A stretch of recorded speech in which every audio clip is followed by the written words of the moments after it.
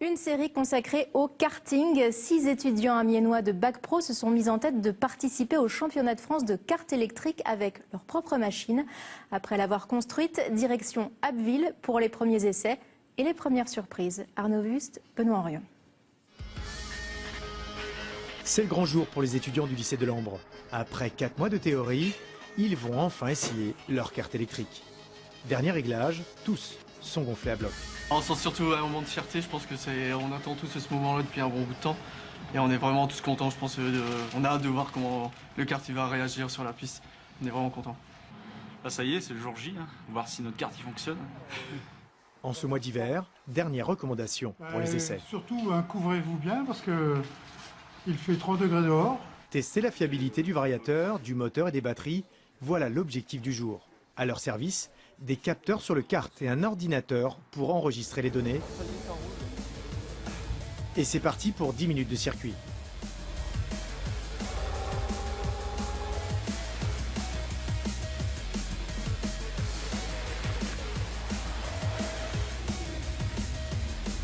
La première impression, il marche bien, franchement.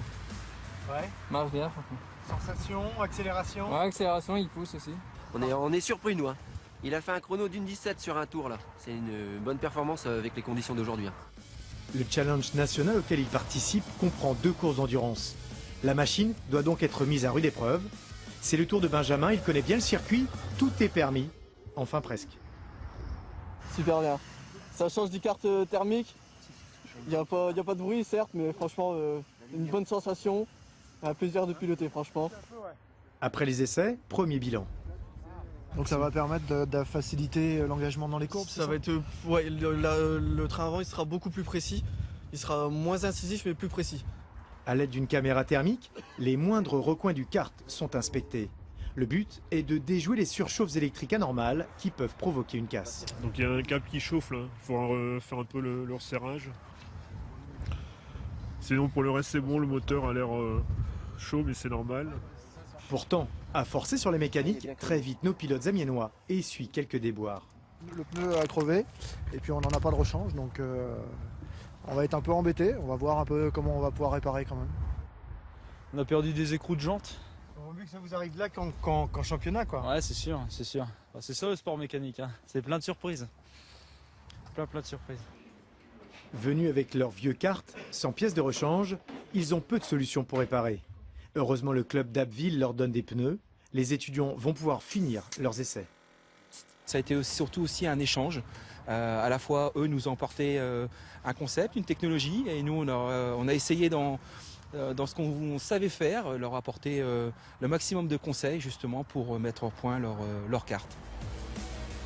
Quelques minutes plus tard, pendant une course avec un kart traditionnel, nouveau déboire.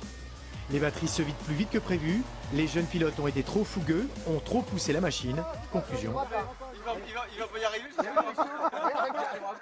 On a appris, à nos dépens, on dira qu'on n'est pas encore prêt.